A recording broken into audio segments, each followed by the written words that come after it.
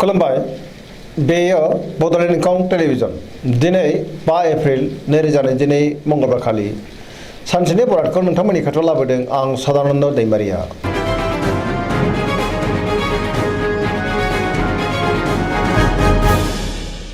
सिगां फरायफिन लादों मेष राशि गिबि हांखो अ ल दिनैनि साना मोजां आरो गाज्रिनि गेजेरजों बाबेरलांगोन गोसोआव जिंगा बांगोन गुबुननि थाखाय नाङा फाङा जेंनायाव गोग्लैनांनोबो हागौ गोसोखौ दिनै जोबोर उसुखुथु मोनगोन मावनो लानाय खामानिखौ मावफुंनो हागोन नाथाय अब्लाबो गोबां रोखोमनि गोरोन्थि जालांनोबो हागौ देहाया बारा मोजां थानाय नङा जानाय लोंनायाव सांग्रां जानांगोन रांखावरियाव मोजां नाथाय अब्लाबो खरसायाबो बांगोन बेफार फालांगियाव मोजां होनजायो समाजावबो मान मोननो हागोन न'खराव अननानै फैगोन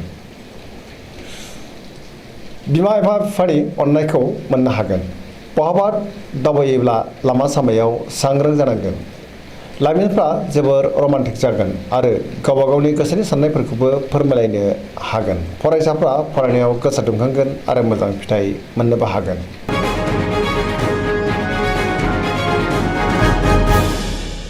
वृष राशि गिबि हांखो इ उ ब दिनैनि साना जोबोर मोजां गुबुननि हेफाजाब मोननानै गोसोखौ दिनै जोबोर गोजोननाय मोनगोन गोसोआव बोलो बांगोन गोग्गो आरो गोथों साननो रोंगोन मावनो लानाय खामानिखौ थि समावनो मावफुंनोबो हागोन समाजावबो गोबां मान मोनगोन रांखावरियाव दिनै जोबोर मोजां मोननो गोनां धोनखौ मोननो हागोन आरजिनाय धोनखौ दोनथुमनो हागोन बेफार फालांगियाव दिनै जोबोर मोजां मुलाम्फा मोनगोन आयाबो बांगोन बहाबा थाङोब्ला दिनै जोबोर मोजां आरो मोजाङैनो हान्थिनोबो हागोन न'खराव अनलायनाय फैगोन गुबुननि थाखाय मोजां खामानि मावनानै होनोबो हागोन देहाया मोजाङै थागोन लाइमोनफोरनि गोसोआ दिनै जोबोर रमान्टिक जागोन आरो गोसोनि साननायखौ फोरमायलायनोबो हागोन बहानिफ्रायबा मोजां खौरां फैनोबो हागौ फरायसाफ्रा दिनै फरायनायाव गोसो दुंखांगोन आरो मोजां फिथाइ मोनगोन धोरोमारि बिथिङावबो गोसो दुंखांगोन पजिटिभ एनार्जिनि गोहोमबो गोग्लैगोन गोसोनि साननाय आरो लुबैनायफ्रा मोगथाङाव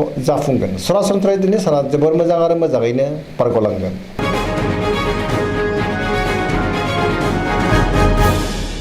मिथुन राशि गिबि हांखो क स दिनैनि साना जोबोर मोजां पजिटिभ एनार्जिनि गोहोम गोग्लैगोन पजिटिभ साननो रोंगोन गोसोखौ दिनै जोबोर गोजोननाय मोनगोन जेरावबो जाफुंसारगोन गोबां खामानिखौ दिनै मावफुंनो हागोन सिगांनि बबेबा आद्रा खामानिखौबो दिनै मावफुंनो हागोन देहाया मोजाङै थागोन रांखावरियाव जोबोर मोजां बेफार फालांगियावबो दिनै जोबोर मोजां होनजायो न'खराव अनलायनाय फैगोन समाजावबो बयजोंबो अनसायजागोन आरो अनजागोन गुबुननि हेफाजाबखौ थोजासे मोनगोन बहाबा थाङोब्ला दिनै जोबोर मोजां आरो मोजाङैनो हान्थिनोबो हागोन गोसोनि बोलोआबो बांगोन गियाननि आंखाल जानाय नङा जायखि खामानि मावा मानो मोनफ्रोमबो खामानिखौनो दिनै मावफुंलांनो रोंगोन लाइमोनफोरनि गोसोआ दिनै जोबोर रमान्टिक जागोन आरो गोसोनि साननायखौ फोरमायलायनोबो हागोन फरायसाफ्रा फरायनायाव गोसो दुंखांगोन आरो मोजां फिथाइ मोनगोन पजिटिभ एनार्जिनि गोहोम गोग्लैगोन।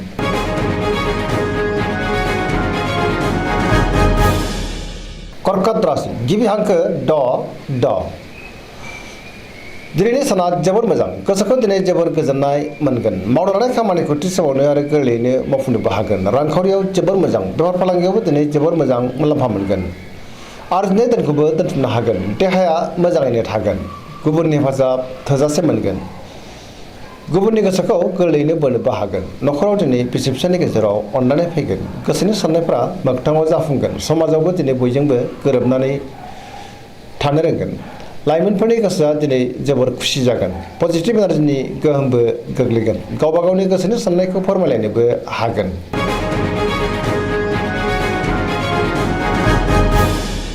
सिंह राशि गिबि हांखो म ट दिनैनि साना जोबोर मोजां बयजोंबो अनजागोन आरो मोजां मोनजागोन गोसोखौ दिनै जोबोर गोजोननायबो मोनगोन सोरबा मुंदांखा सुबुंजों लोगो मोनज्लायनो हागौ आगुनि सोरबा लोगोजों बहाबा लोगो मोननानै गोसोखौ बांसिन गोजोननाय मोनगोन मावनो लानाय खामानिखौ थि समावनो मावफुंनो हागोन गोसोआ दिनै जोबोर खुसि जागोन रांखावरियाव जोबोर मोजां गोबां धोन आरजिनोबो हागोन अदेबानि खरसायाबो बांगोन बेफार फालांगियाव मोजां मुलाम्फा मोनगोन न'खराव अननानै फैगोन आरो गोजोन थासारि फैगोन गोसोनि बोलोआ बांगोन, समाजाव बयजोंबो अनसायजागोन आरो मोजां मोनजागोन, गुबुननि गोसोखौ दिनै गोरलैयैनो बोनो हागोन। सेंग्रा सिख्लाफ्रा बहानिफ्रायबा मोजां खौरां मोननो हागौ। फरायसाफ्रा दिनै फरायनायाव गोसो दुंखांगोन आरो मोजां फिथाइ मोनगोन। पजिटिभ एनार्जिनि गोहोमबो गोग्लैगोन।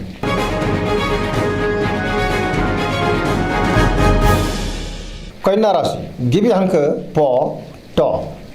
दिनैनि साना जोबोर मोजां।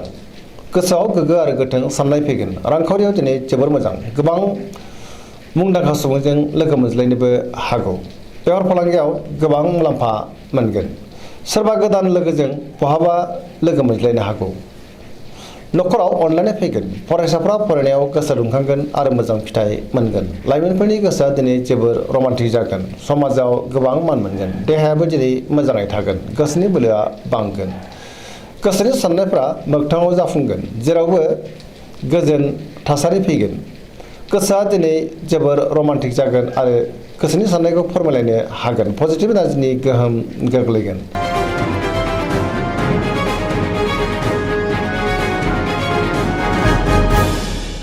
तुला राशि गिबि हांखो र ट। दिनैनि साना जोबोर मोजां। बहाबा दावबायहैनो खाबु मोनगोन। गोसोखौ दिनै जोबोर गोजोननाय मोनगोन। गोसोनि बोलोआबो बांगोन।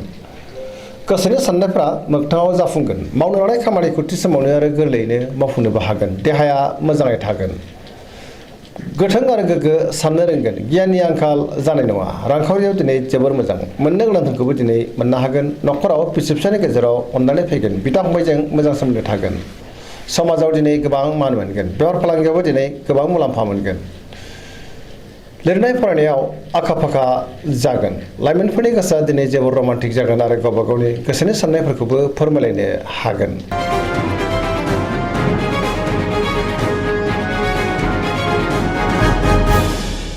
वृश्चिक राशि गिबि हांखो न स।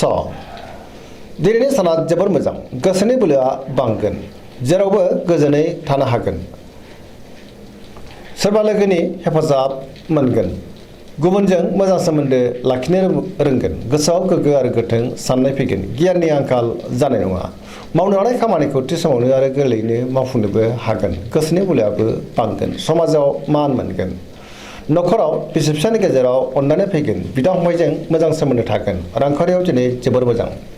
बेफार फालांगियावबो जोबोर मोजां मुलाम्फा मोननो हागोन। देहाया मोजाङैनो थागोन। गुबुननि थाखाय मोजां खामानि मावनानै होनोबो हागोन। फरायसाफ्रा फरायनायाव गोसो दुंखांगोन आरो मोजां फिथाइ मोननोबो हागोन। लाइमोनफोरनि गोसोआ दिनै जोबोर रमान्टिक जागोन आरो गावबा गावनि गोसोनि साननायफोरखौबो फोरमायलायनो हागोन। पजिटिभ एनार्जिनि गोहोमबो गोग्लैगोन।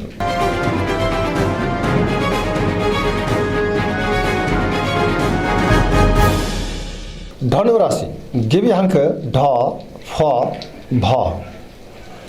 दिनैनि साना बारा मोजां नङा।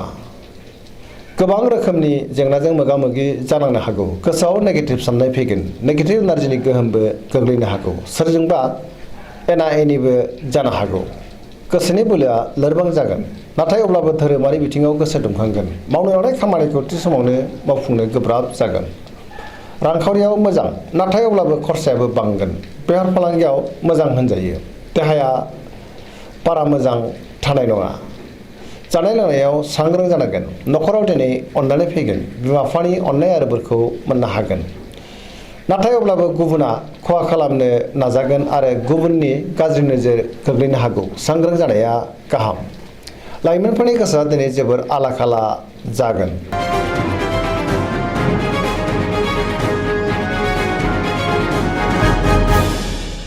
मकर राशि गिबि हांखो ख ज। दिनैनि साना जोबोर मोजां। बहानिफ्रायबा मोजां खौरां फैनो हागौ। गोसोखौ दिनै जोबोर गोजोननाय मोनगोन। देहाया मोजाङै थागोन। गोसोनि साननायफ्रा मोगथाङाव जाफुंगोन। रांखावरियाव दिनै जोबोर मोजां। गोबां धोन आरजिनोबो हागोन।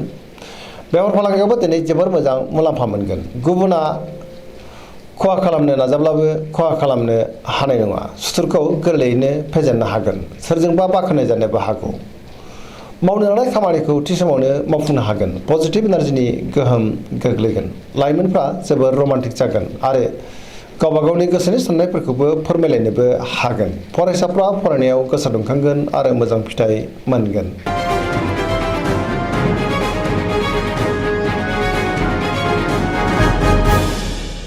कुम्भ राशि गिबि हांखो ग स स दिनैनि साना बारा मोजां नङा गोसोनि बोलोआ लोरबां जागोन सोरबाया गाज्रि नोजोर होखोमानो हागौ सांग्रां जानाया गाहाम गोसोखौ दिनै जोबोद गुलाय गुजाय मोनगोन मावनो लानाय खामानिखौ थि समावनो मावफुंनो हागोन नाथाय अब्लाबो माबा नङा माबा मोनसे गोरोन्थि जालांनोबो हागौ बहानिफ्रायबा हरखाबै गाज्रि खौरां फैनोबो हागौ रांखावरियाव बारा मोजां नङा गोबां धोन खहा जानांनो हागौ सांग्रां जानांगोन बेफार फालांगियाव दिनै खहा जानांनोबो हागौ देहाया मोजाङै थागोन अब्लाबो नाथाय जानाय लोंनायाव सांग्रां जानांगोन न'खराव दिनै बिसि फिसायनि गेजेराव एना एनि एबा दान्थे बिदान्थे जानोबो हागौ गोसोनि साननायफ्रा टेबोर नांगोन लाइमोनफोरनि गोसोआ दिनै जोबोर आला खाला जानो हागौ